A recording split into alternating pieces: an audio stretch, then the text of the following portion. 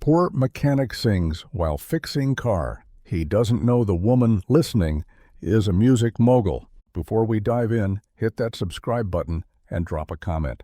Where in the world are you watching from? The morning chill clung to the air like mist, seeping through the cracked garage door of Hart's Auto. The clang of metal against metal rang out in rhythm, accompanied by the low whir of a socket wrench turning stubborn bolts. Fluorescent lights buzzed faintly overhead, casting long shadows over the stained concrete floor. Caleb Hart stood beneath the lifted hood of an aging Ford, sleeves rolled up to his elbows, grease etched deep into the creases of his knuckles. He worked without hurry, hands steady, movements practiced.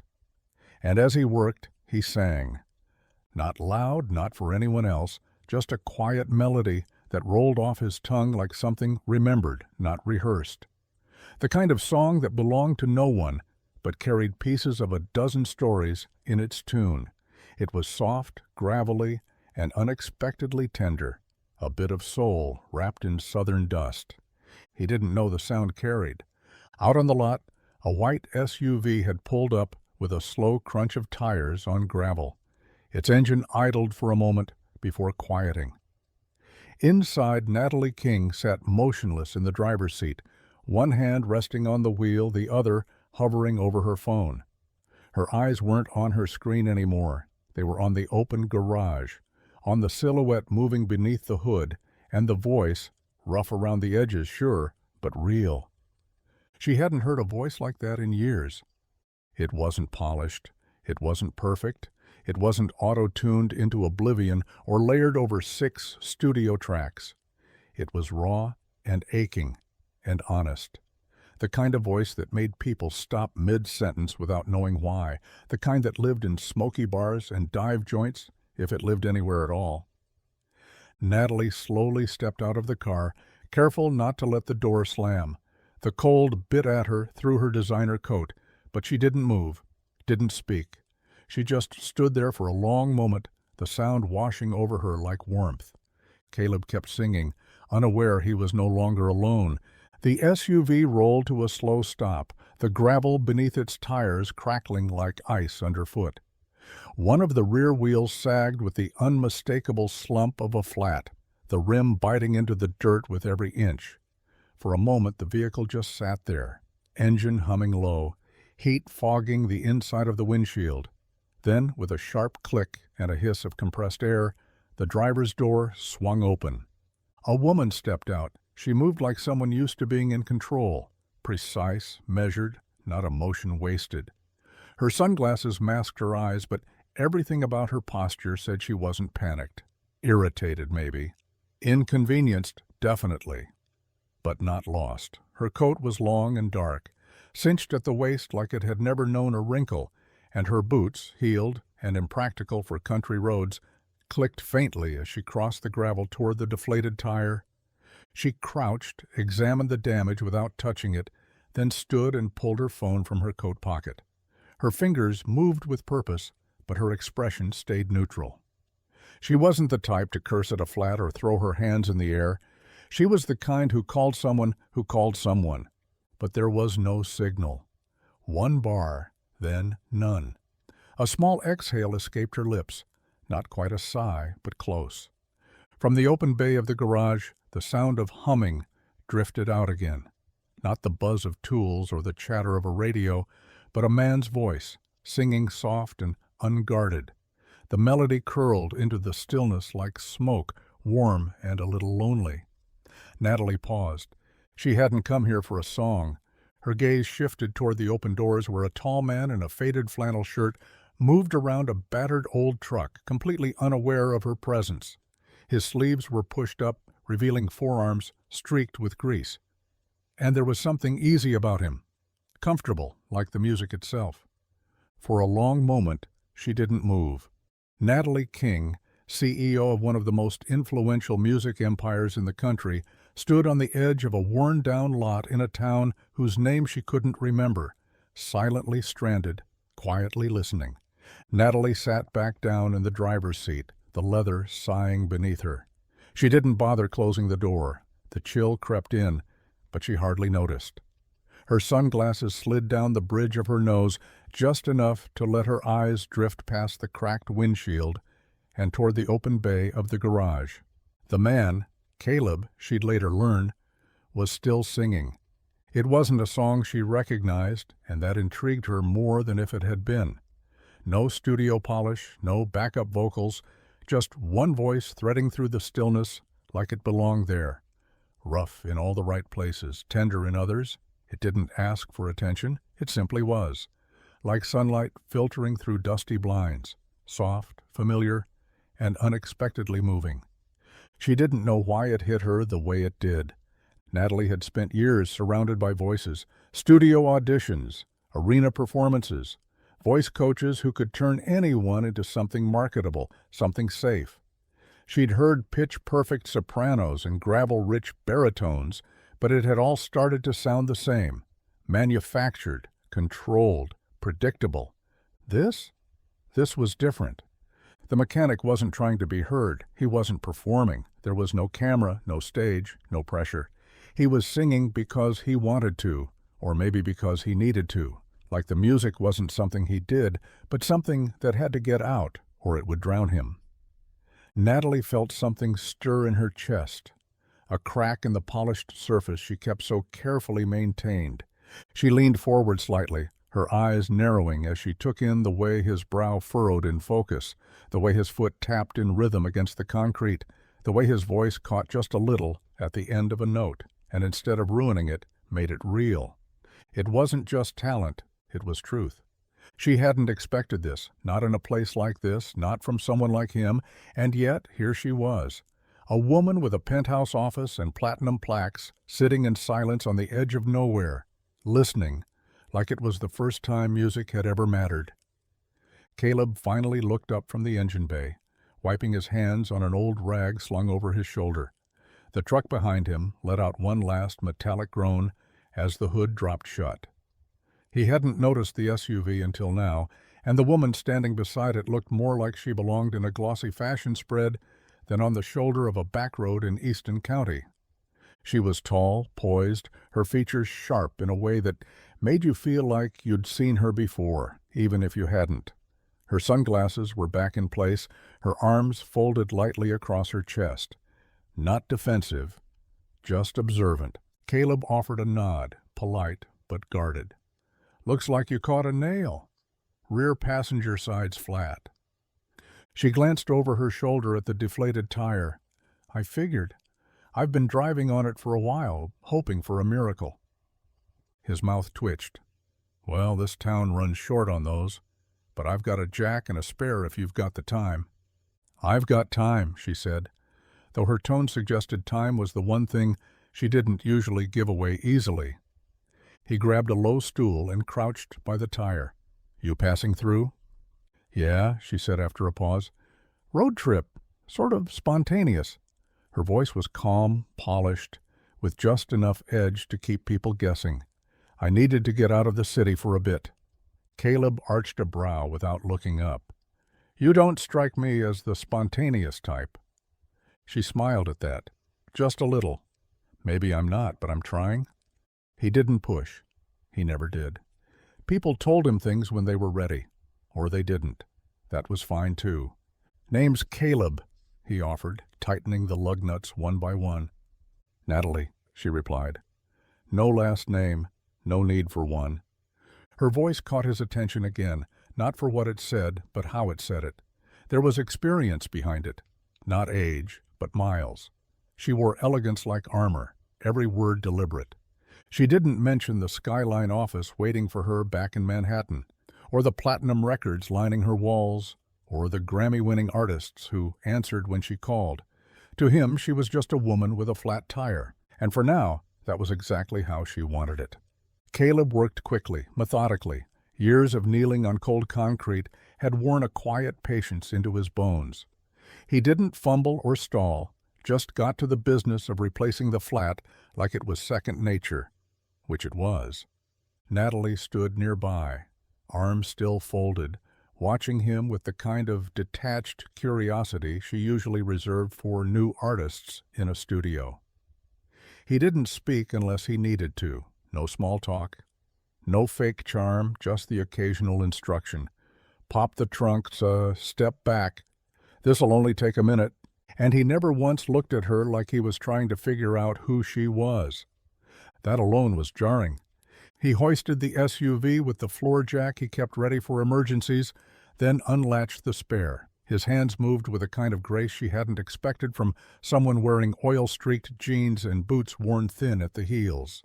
The whole time, he hummed softly under his breath, something low and wordless, a shadow of the voice she'd heard earlier. 15 minutes later, the new tire was on and tightened, the tools packed away like they'd never been touched. Caleb stood, brushing off his hands with a satisfied grunt.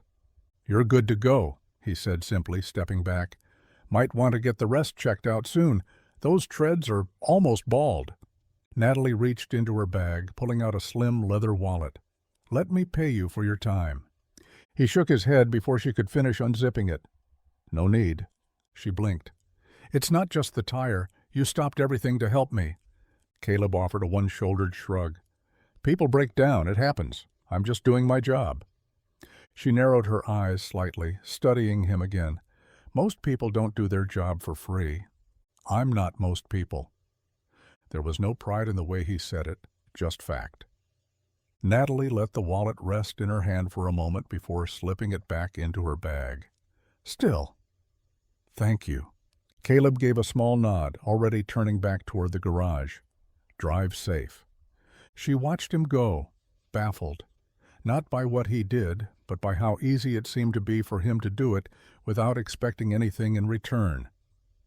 Natalie lingered by the SUV longer than she needed to, pretending to check her mirrors, her phone, the alignment of her sunglasses, anything to buy time without making it obvious she was staying on purpose.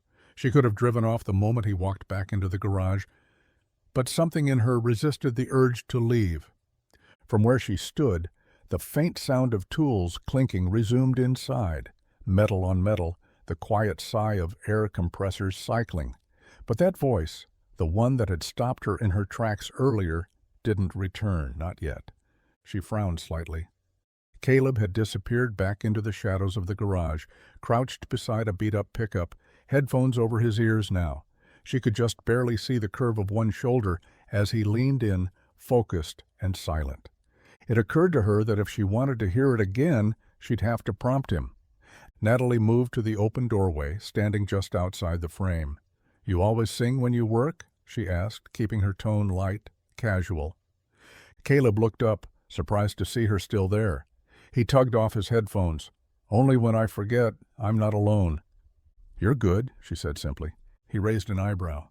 "At fixing cars." She smiled. "At singing." That earned her a lopsided grin. "You caught the one time I didn't sound like a dying lawnmower, huh?" Natalie tilted her head, watching him. "No, I caught something most people spend their whole lives faking." Caleb blinked at her, unsure how to respond. Compliments weren't exactly a common part of his day.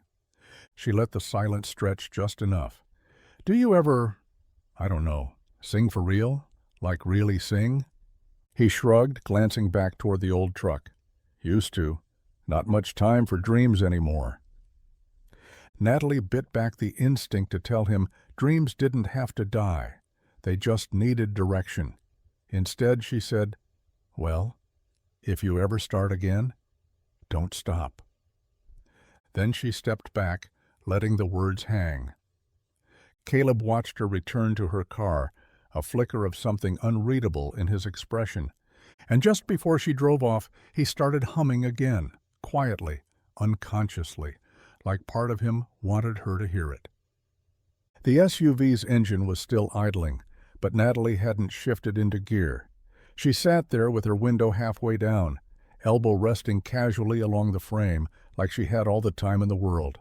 Caleb stood just inside the garage, wiping down a wrench with the edge of a faded shop towel. He wasn't used to people sticking around after a fix, let alone making conversation. "Seriously," she said, nodding toward him, "you've got something. That voice. It's not normal." Caleb gave a short laugh, the kind that barely reached his eyes. "No, ma'am. I think you mean it is normal. just not polished. Natalie watched him closely. That a choice? Or did life get in the way? He hesitated. It wasn't the kind of question most people asked, and it definitely wasn't the kind he usually answered, but something about the way she said it, curious not prying, made it easier to offer up the truth. "I used to sing a lot," he said finally, leaning against the doorway, the rag still in his hands.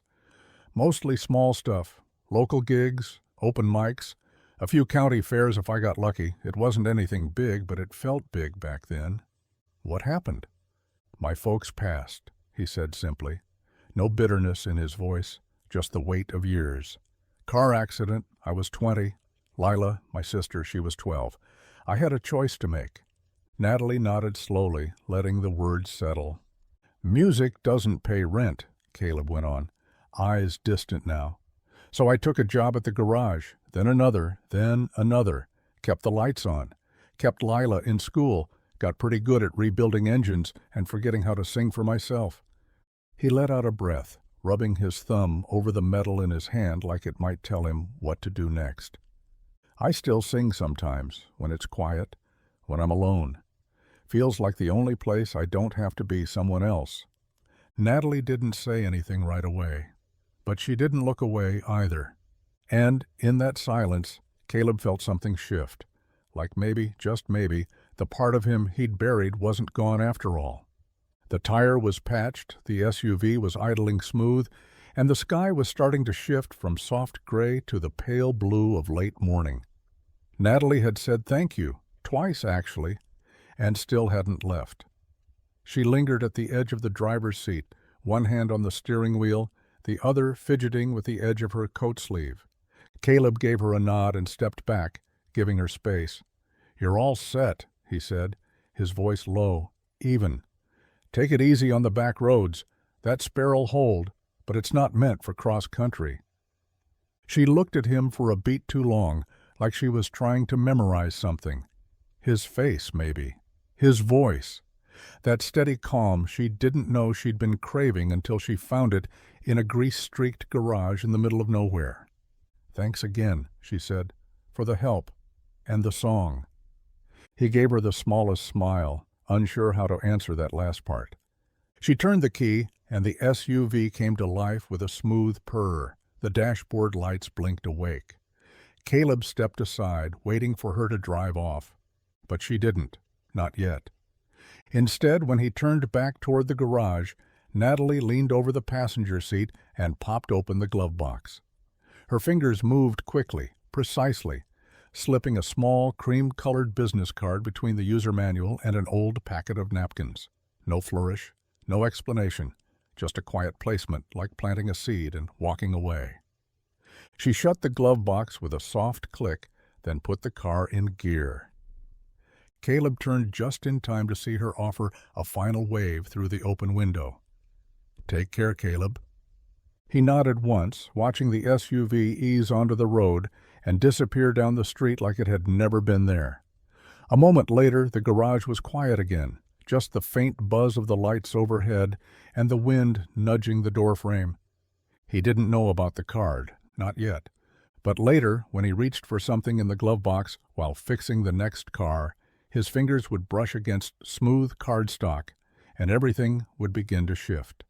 The day had slipped into early evening by the time Caleb locked up the garage, the sky outside painted with strokes of lavender and rust. The buzz of engines and clatter of tools had faded, leaving behind the hum of cicadas and the occasional bark of a neighbor's dog. He climbed into his truck, tossing his toolbox onto the passenger seat with a tired grunt. At home, the lights were already on. Lila was in the kitchen, hunched over her textbooks at the table, a bowl of cereal growing soggy beside her. The radio played low in the background, something poppy and overproduced, but her pencil kept moving head down, brows knit in fierce concentration. "You eat yet?" Caleb asked as he stepped through the door, hanging his flannel over the back of a chair. "Cereal," Lila said without looking up. "Count?" "Barely," she smirked. "I'll microwave something later." Caleb ruffled her hair on the way to the fridge. "Microwaving doesn't count either." "Then stop working late?" and cook something. She said it like a tease, but he heard the weariness beneath her voice. She missed him when he stayed past sunset. He missed being home before it. As he dropped his keys onto the counter, something fluttered from his jacket pocket and landed on the floor, white, rectangular, and out of place among the clutter. Lila bent to pick it up, turning it over in her hands. "What's this?" He glanced over. "No idea." She flipped the card toward him, reading aloud, "Natalie King, Monarch Sound Group, Executive Producer." Her voice lifted at the end. "Wait, is this the Monarch Sound, like the one that reps Aiden Rowe and Valia?" Caleb shrugged. "She had a flat tire. I fixed it." Lila's eyes widened. "And you didn't think to mention that part?" "She didn't exactly roll up with a red carpet, just another driver, far from home." Lila stared at him, incredulous. "Caleb, this is huge. You should call her." He waved her off. "It's just a card. Probably felt sorry for me. Doesn't mean anything." Lila looked down at the card again, then at her brother, the quiet man who sang to engines and never let himself want too much. "Maybe," she said softly, "but maybe it does." The skyline of Manhattan stretched like jagged steel teeth against the morning haze, the city already pulsing with its usual rhythm of horns, heels, and ambition.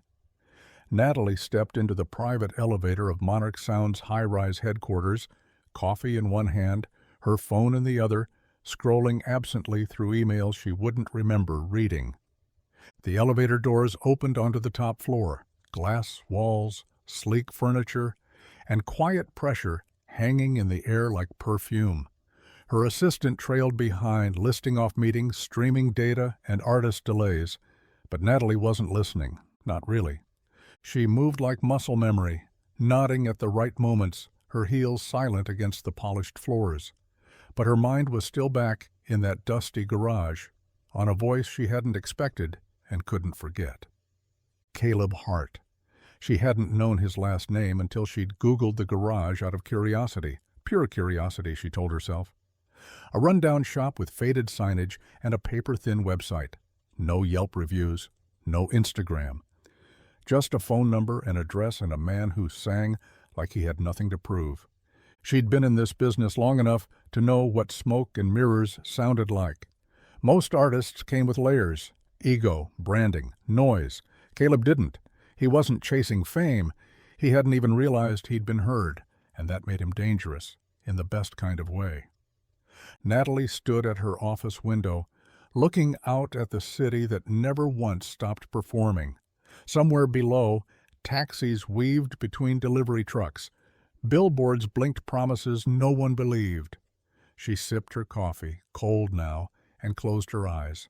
There was something honest in that voice, something the charts hadn't touched in years.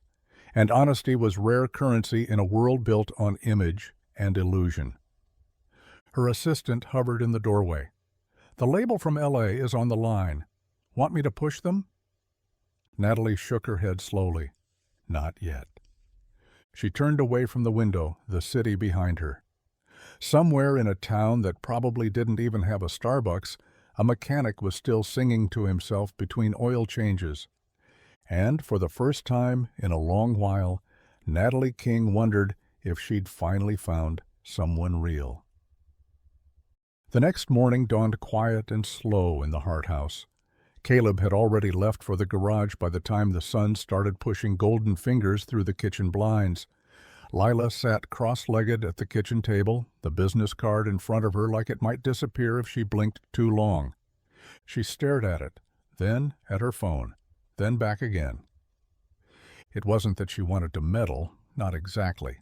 But she also knew her brother, and she knew that if she waited for Caleb to chase something for himself, she'd be waiting until she graduated, got married, and had kids of her own. He'd already spent most of his 20s trading dreams for responsibilities.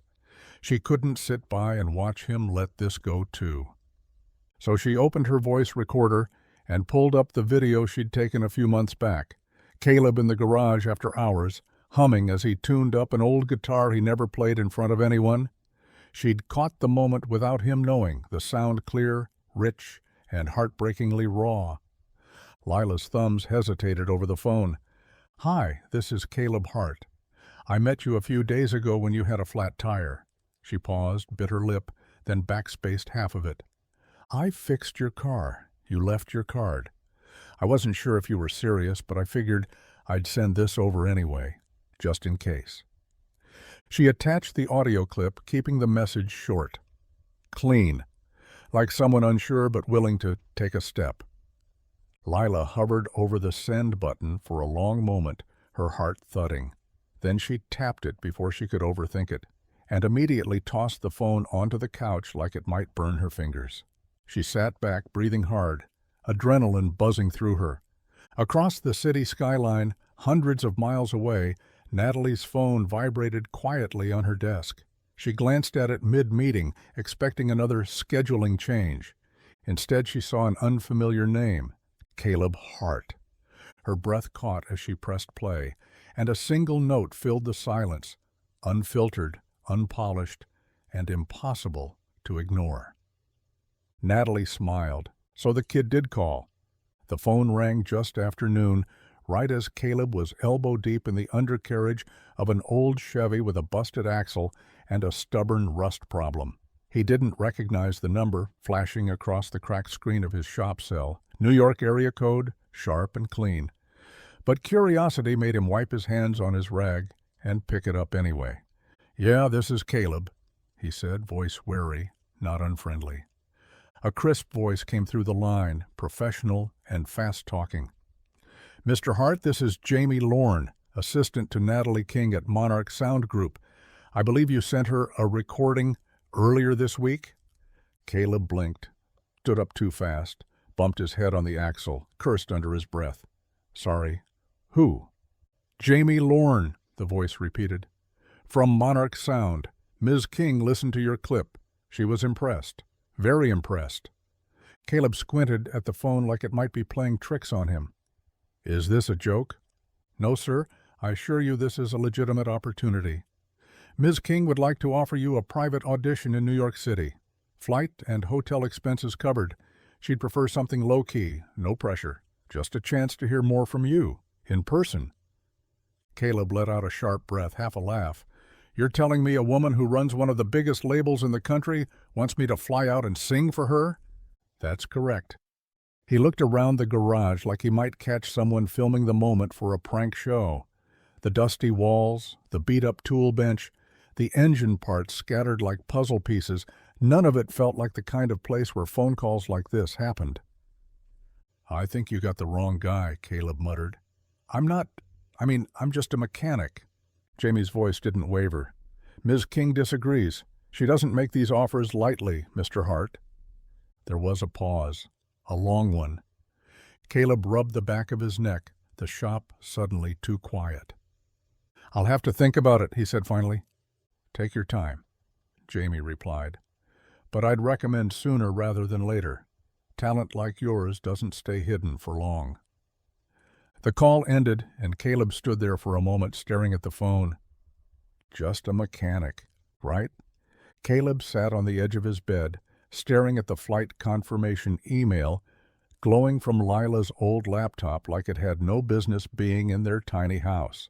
His duffel bag lay half-packed on the floor, half because he'd zipped it up 3 times already, only to yank it open again, like maybe if he touched the clothes it would feel more real. It didn't.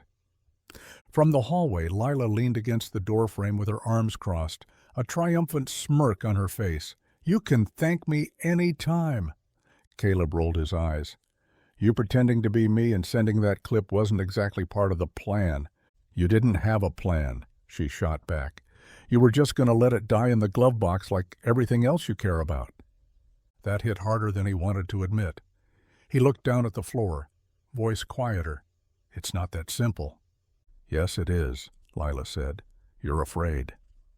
He didn't deny it, couldn't. He'd built a life on doing the dependable thing, the safe thing. You didn't gamble when someone else's well-being depended on you. He'd been taking care of Lila since she was 12, balancing bills, buying groceries with coupons, fixing cars, until his hands went numb. Music? That was a luxury. A risk. But still, something inside him had stirred the moment Jamie called, something buried deep under the weight of engine grease and responsibility. "Maybe I just don't belong in that world," he muttered. Lila stepped into the room, softer now. "You don't have to belong to it, Caleb. Just see what it feels like to stand in it for once. Just once." He looked at her, at the way she still wore his old hoodie like armor, at the way she believed in him with a kind of reckless certainty he hadn't felt in years. And despite everything, the fear, the doubt, he realized he wanted to know, just a little, what if? He exhaled through his nose, pushed the bag closed, and zipped it with finality. "Fine, I'll go." Lila grinned wide, victorious. "But if this turns out to be a scam," Caleb warned, pointing at her, "I'm making you pay for the return flight." She laughed. "Deal." The taxi swerved through Midtown like it had a grudge against red lights, weaving between yellow cabs and black SUVs as if time itself were something you could beat if you just drove fast enough. Caleb sat stiffly in the back seat, one hand gripping the handle above the window, the other clenched around the strap of his worn duffel bag. Outside, the city rose around him, glass, steel, noise, and motion, all stacked on top of itself like it was trying to outrun gravity. He'd never been to New York. He wasn't even sure he liked cities. The air smelled like ambition and exhaust, and the sidewalks were packed with people who moved like they had somewhere more important to be than he'd ever imagined. Nobody made eye contact. Nobody said hello. It was the opposite of Easton County, where someone would wave at you from the porch even if they didn't know your name. Caleb shifted uncomfortably in his seat. He'd worn his cleanest pair of jeans and his best flannel, thinking it was decent enough for a meeting, only now he looked down at his scuffed boots and felt like someone had dropped a farmhand into a boardroom. When the cab pulled up outside a sleek glass building that seemed to shimmer under the weight of its own importance, the driver didn't even glance back. "Monarch Sound," he grunted. "This it?"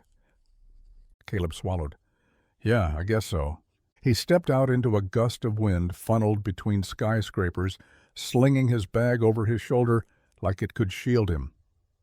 The doorman raised an eyebrow but said nothing as Caleb passed, boots thudding against marble tile that looked like it belonged in a museum. Inside, everything was white and silver and too quiet. The receptionist barely looked up as she asked his name, then made a call that ended with, "Mr. Hart is here." Mr. Hart, that didn't sound like him, not really. He rode the elevator up with a woman in a pantsuit who didn't blink once the entire ride. When the doors opened, Caleb stepped out alone onto a floor that smelled like coffee and money. Floor-to-ceiling windows framed the skyline like art. He felt like a wrinkle in a perfect page. But still, he walked forward. The recording studio was nothing like Caleb had imagined. It wasn't flashy or modern or decked out in neon lights like the music videos he used to watch on borrowed Wi-Fi. It was quiet, intimate, dim lighting, soundproofed walls, a single mic standing under a low-hanging pendant light like it was waiting for a confession. Natalie was already inside when he walked in, seated behind the glass in the control room.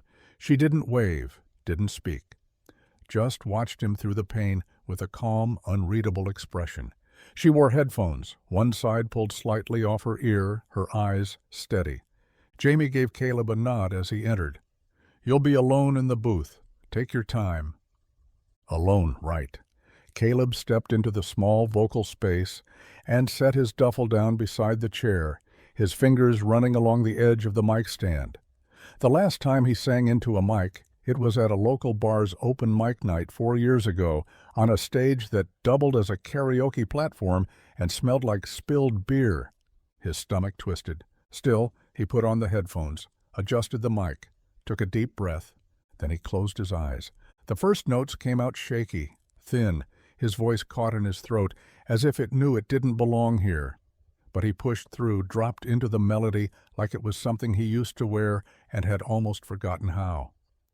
And slowly it came back. The nerves fell away, piece by piece. He sang a song he'd written years ago late one night on the back porch after another shift at the garage. A slow, aching thing about holding on and letting go at the same time. His voice wasn't perfect. It cracked once, wavered a little, but it carried weight, real weight. And it filled the room with something you couldn't teach in a vocal lesson. In the control room, Natalie closed her eyes. She didn't move, didn't take notes. She just listened. And when the last note faded, when Caleb finally opened his eyes and lowered his hands from the mic, there was a long, stretching silence. Then a soft voice came through the intercom. That, Natalie said, was real.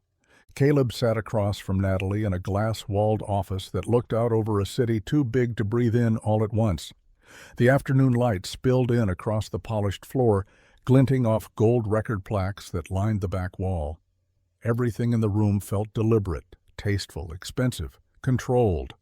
Unlike him. He tugged at the sleeve of his flannel shirt, suddenly aware of the faint smell of motor oil still clinging to the cuffs. Natalie sat behind a desk made of dark wood and clean lines, a tablet in front of her, but her eyes were on him. "You're not polished," she said, her voice even, measured.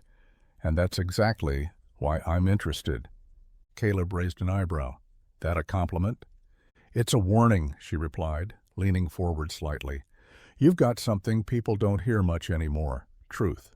And the second the industry gets a hold of truth, it tries to reshape it, package it, monetize it." He didn't speak, just let the words settle. She slid the tablet toward him. "This is a development deal. No pressure, no deadlines. Just time, studio work, vocal coaching, songwriting support. You'd work with a producer I trust. Low exposure. For now.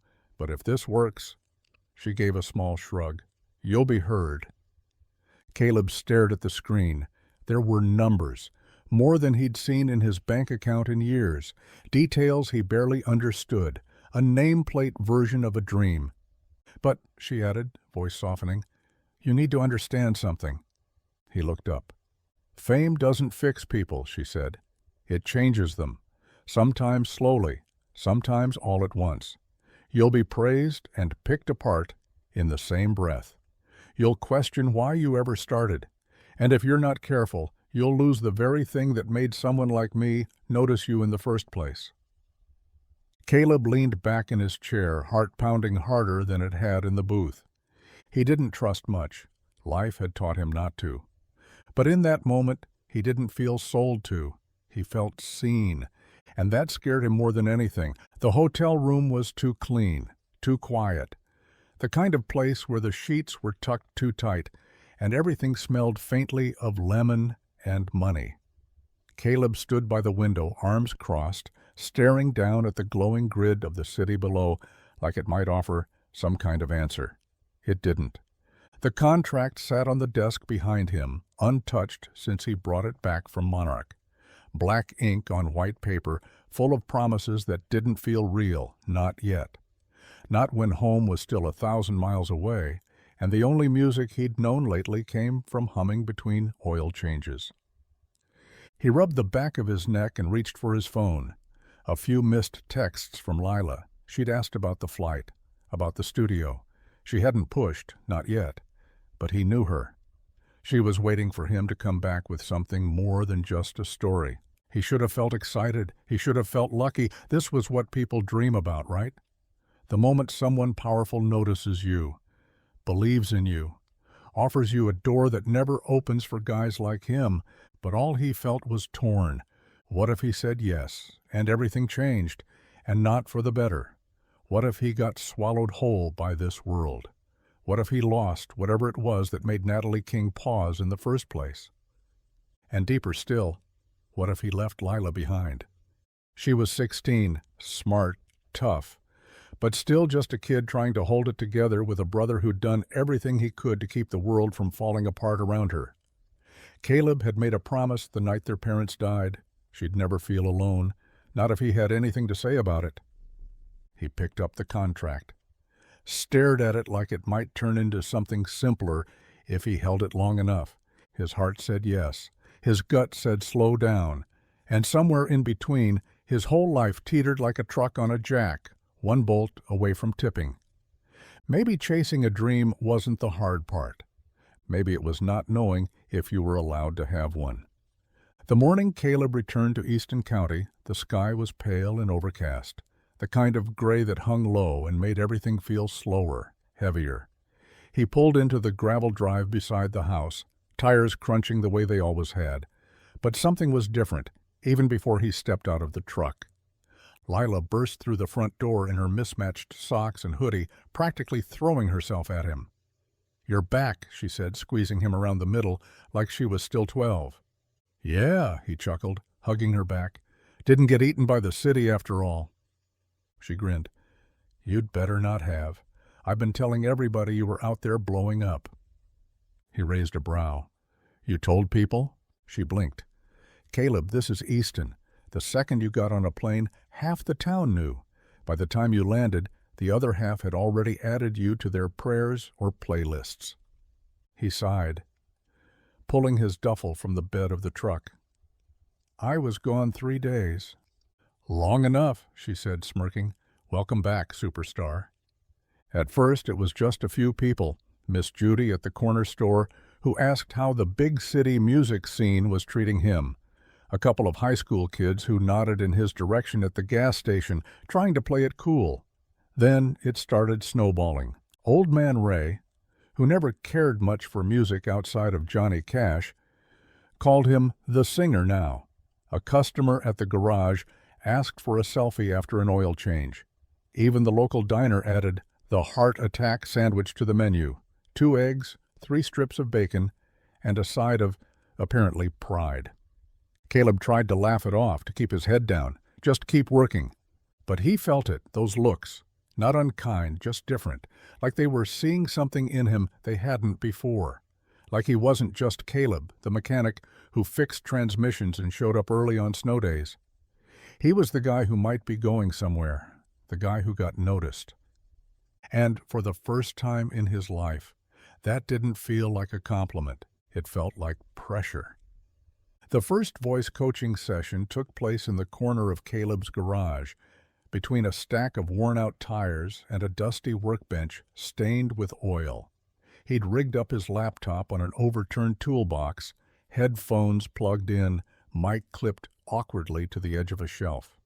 It wasn't exactly a soundproof studio, but it was what he had.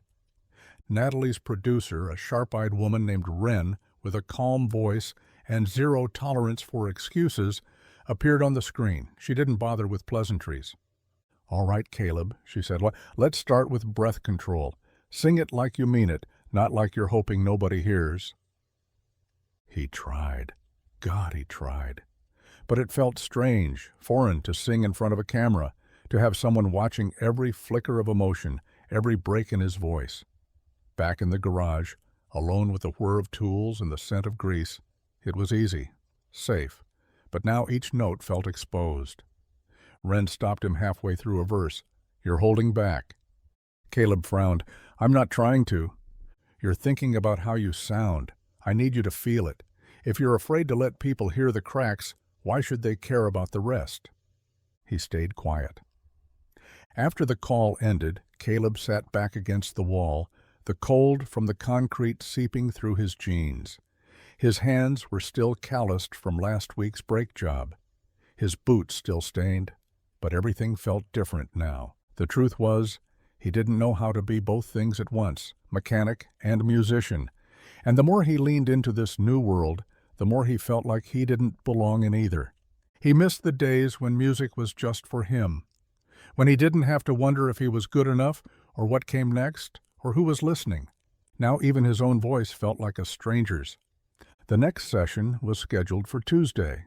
He thought about canceling, but deep down, a part of him, the part that still remembered singing on the back porch under a sky full of stars, didn't want to give up. Not yet. The wind carried a chill that felt sharper than usual as Caleb stepped onto the back porch, guitar in hand. It was late, past midnight, and the town had gone still, save for the occasional rustle of trees and the low creak of the porch swing, swaying on its own. Lila was asleep. The garage was locked. But sleep didn't come easy anymore, not since the session started, not since the contract became real. He settled into the chair his dad had built years ago, the wood weathered but solid. His fingers drifted over the strings like muscle memory, coaxing out a soft chord. It should have felt grounding, like it used to, but something sat heavy in his chest tonight, an ache he couldn't quite name. Then, without warning, his father's voice rose in his head, clear, bitter, and cold as the wind. "Music don't pay bills, Caleb. Dreams are what you give up when people count on you." He hadn't heard it in years, not like this. But suddenly it was there again, echoing through him like it never left. The harsh words said in a kitchen thick with silence and broken promises. His father, after a long shift, staring at the worn guitar in Caleb's hands like it was the enemy. "You want to waste time singing to stars while your sister goes hungry? You better wake up." Caleb's jaw clenched. He hadn't been that kid in a long time. He'd done everything right since then, taken over the bills, held the family together when the rest of it fell apart, gave up the songs when they started to feel like guilt.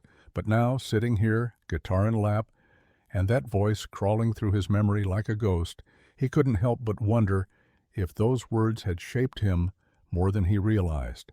Had he carried them this whole time? Let them weigh down his voice, even when Natalie told him it was the one thing that set him apart. He played another chord, softer this time, then another, not for anyone else, just to remind himself it was still his, even if the echoes were louder than the song. Natalie stepped out of the rental car and into the heart of Easton County, the gravel crunching under her heels like the place was warning her she didn't belong. The town stretched quiet and open around her, stitched together by pickup trucks, weathered porches, and fading signs that hadn't changed in 20 years. It was a far cry from New York's skyline and glass towers, but the stillness here, it was honest. She found Caleb at the garage, bent over the engine of a beat-up sedan with sweat slicking the back of his neck, and his flannel sleeves rolled up past the elbow. He didn't see her at first. He was focused, brow furrowed, hands moving fast but careful, like the machine might fall apart if he looked away for even a second. When he finally glanced up and saw her standing there, his face changed. Not shocked exactly, but surprised in that quiet, vulnerable way that caught her off guard. "Natalie?" he asked, straightening, wiping his hands on a rag that had seen better days. "What are you doing here?" "I needed to see it," she said simply. "Where you come from, what you're carrying." She glanced around the shop, tools everywhere, papers stacked in corners, the radio softly humming in the background. She saw the calendar marked with Lila's school events, the to-do board covered in names and unpaid invoices. This wasn't just where he worked, it was where he lived. Every square foot of it told a story he hadn't put into words yet. "You're not just working full-time," she said almost to herself. "You're keeping the roof up, the bills paid, your sister in school, and somehow trying to fit a music career between oil changes." Caleb looked away, rubbing his jaw. "I'm doing what I've always done, holding things together." "You shouldn't have to choose between surviving and becoming," she said. He gave her a look that stung. "I don't get the luxury of chasing both." She didn't reply. Instead, she stepped closer, lowering her voice. "I came here to help build something," she said, "but I didn't expect to care this much if it burns." And for the first time, she wasn't sure if she meant the music or him. That evening, the air outside the house hung heavy with the scent of cut grass and late summer heat. The porch light buzzed faintly above them, casting a warm glow over the railing where Natalie leaned, wineglass in hand, her heels long since abandoned at the door.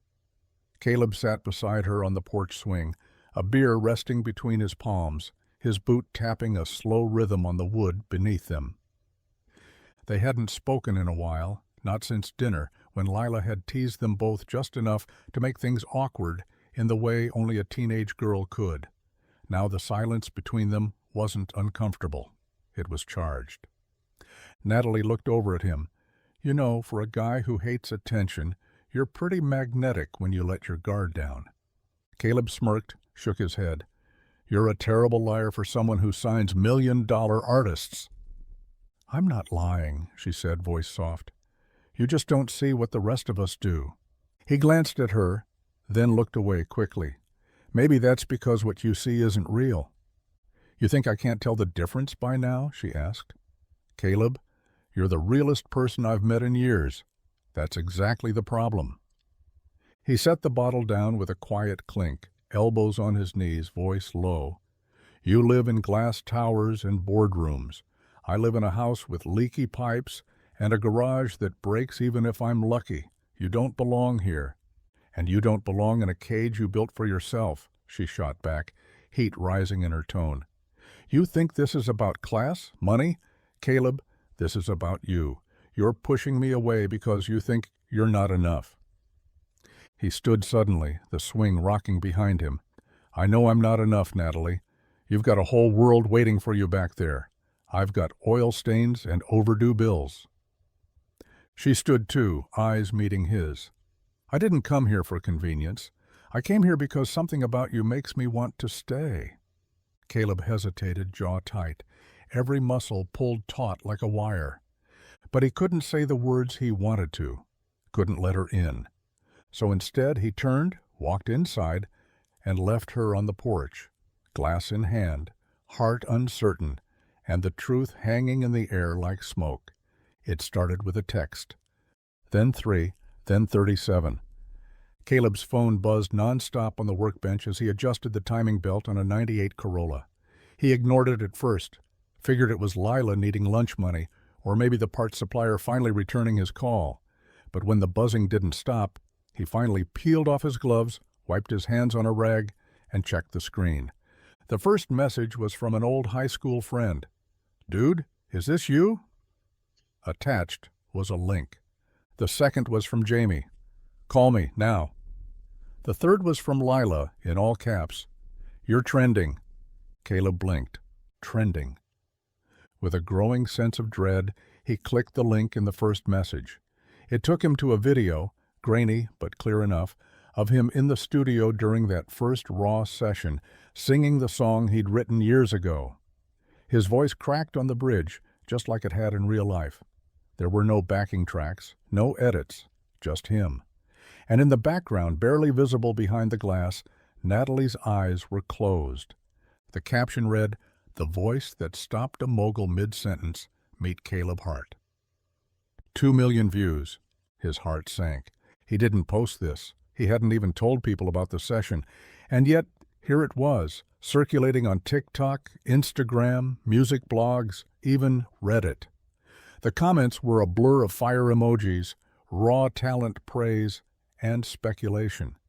Someone had even edited a clip of him working on a car into the video, overlaying it with the words, "The Singing Mechanic." Caleb dropped the phone like it had burned him. Out in the waiting room he could already hear it, the low hum of his voice playing on someone's phone. One of his regulars, headphones halfway off, asking, "Is that Caleb?" He turned toward the garage door, breathing hard. His safe place, his space, wasn't safe anymore. He felt exposed, cracked open. He wasn't ready for this. Not like this. And the worst part, somewhere deep inside, a tiny voice whispered, they were always going to find out. The storm rolled in quietly at first, whispers, glances, murmurs in the aisles of the grocery store.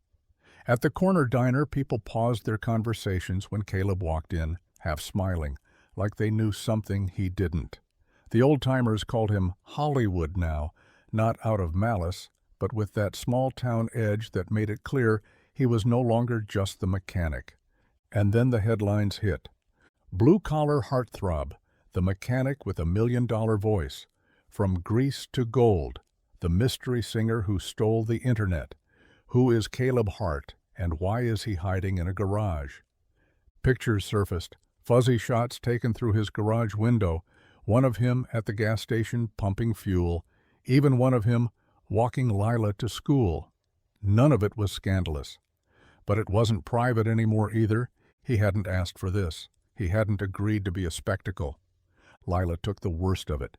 It started small. Whispers in the hallway, comments slipped between locker doors.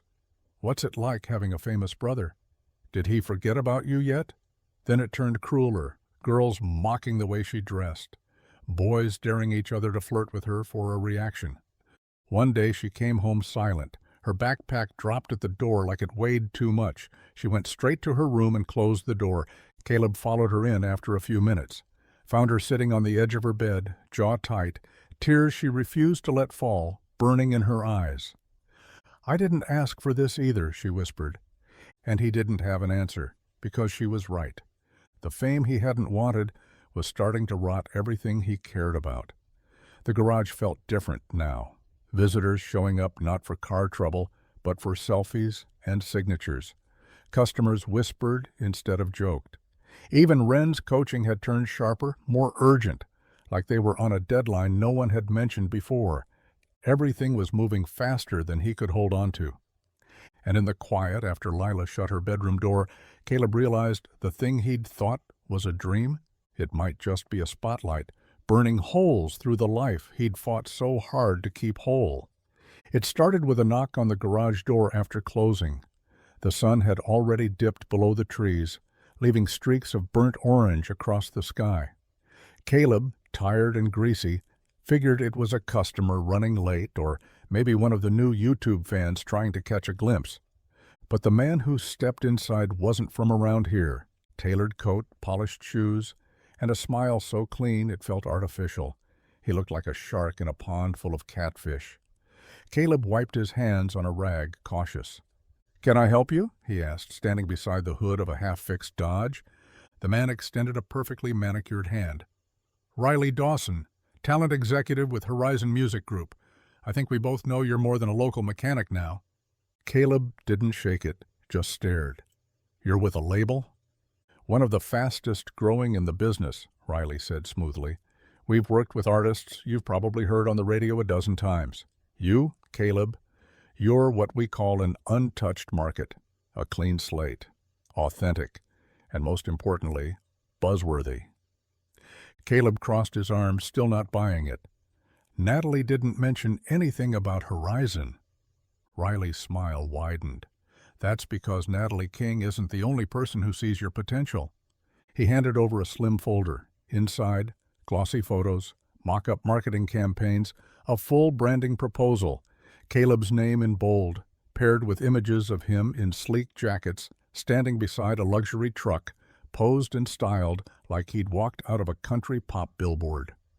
"We'll assign you a full team, image consultant, PR manager, custom songwriting. All you need to do is show up, sing, and sign. You'll never have to touch another wrench again."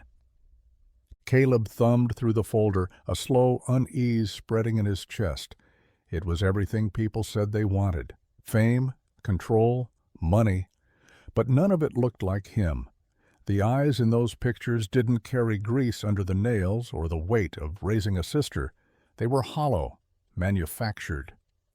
"Why now?" Caleb asked quietly. "Why me?" "Because you're already going viral," Riley said. "Natalie gave you a start, but we'll take you all the way." He left the folder behind on the workbench, and as Caleb watched him walk off into the fading light, a sick feeling settled in his gut.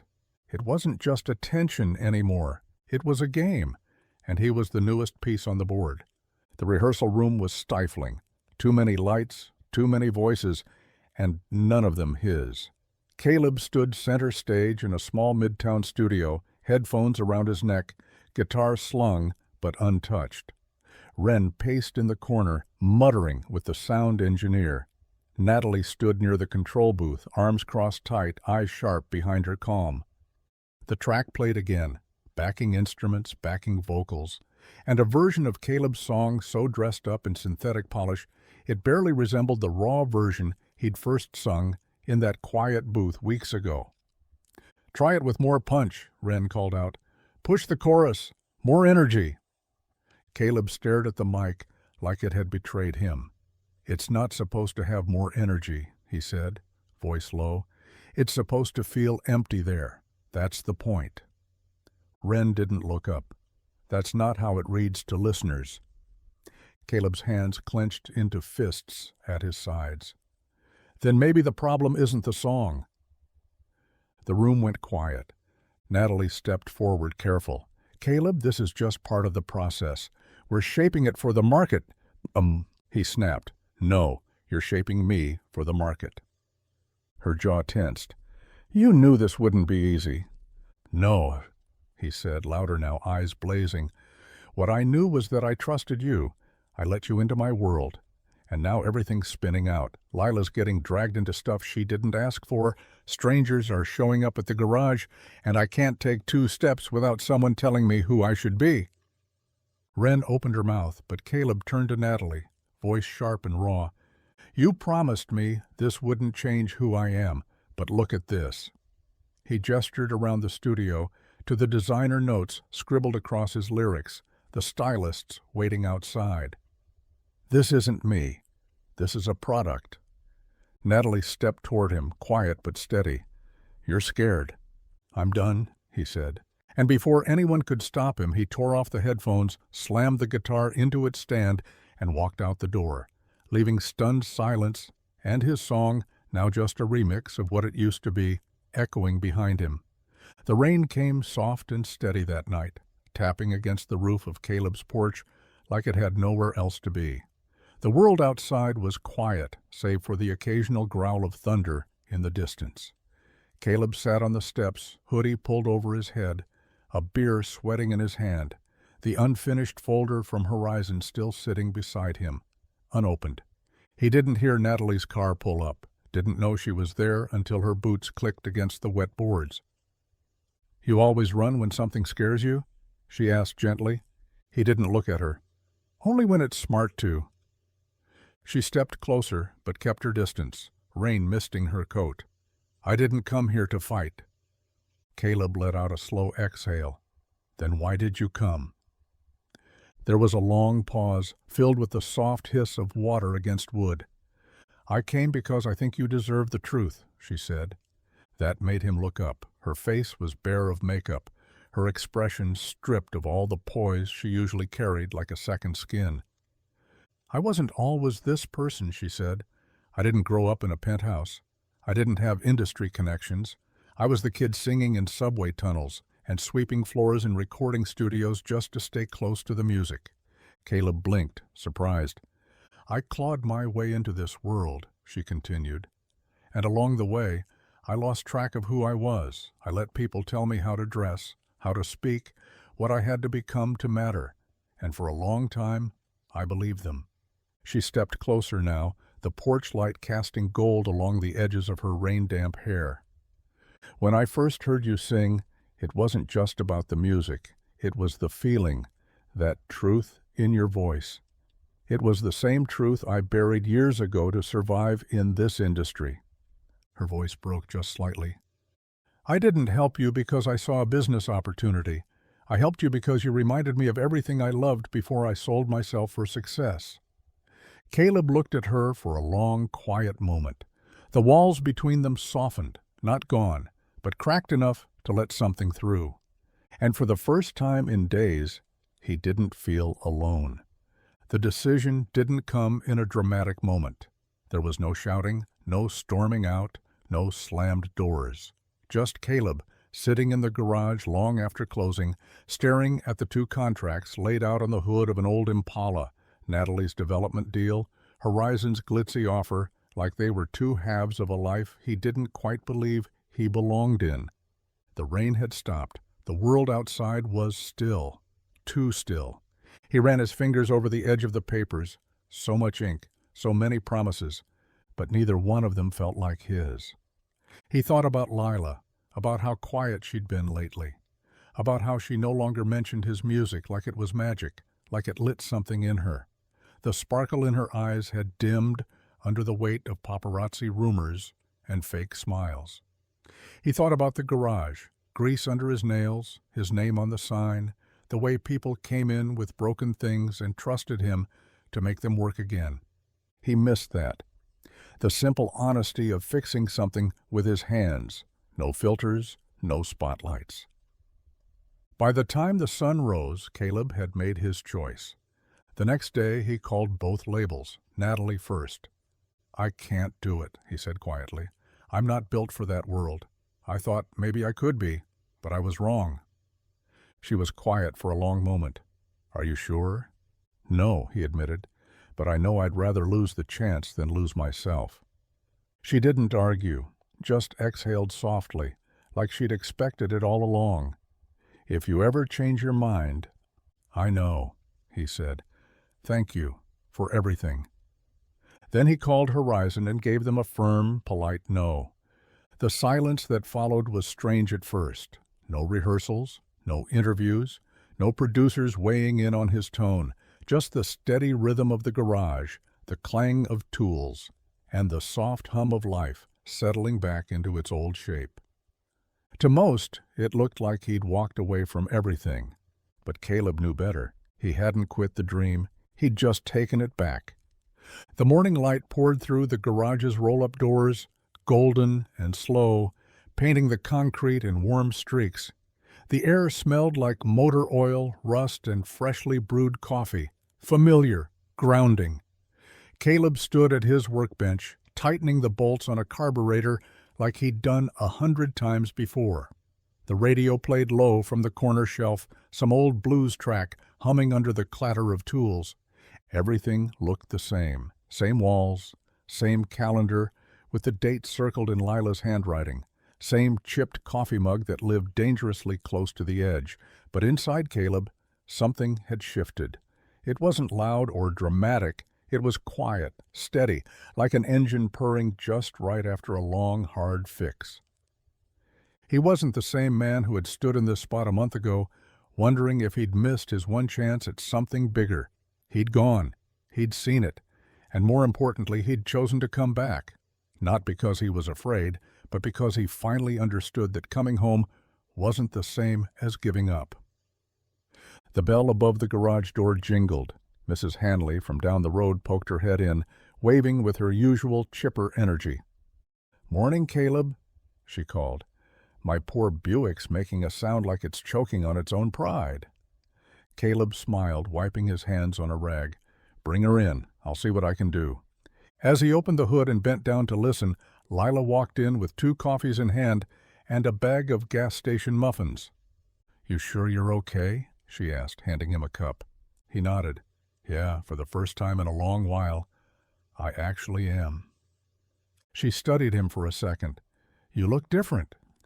"Feel different," he admitted. "Like I've still got something to sing about, just not in a studio full of strangers." He didn't need the spotlight to know who he was anymore. He had his hands, his voice, his people, and that was enough. For now. And maybe, just maybe, the music would find its way out again when the time was right. The community center hadn't changed in years. Same cracked linoleum floors, same fold-out chairs arranged in uneven rows, same string of Christmas lights someone had decided to leave up all year because they still worked, didn't they? The place was packed. Neighbors, kids, retirees, and local business owners who'd all shown up for the annual charity auction and spaghetti dinner to raise money for the town's one and only food pantry.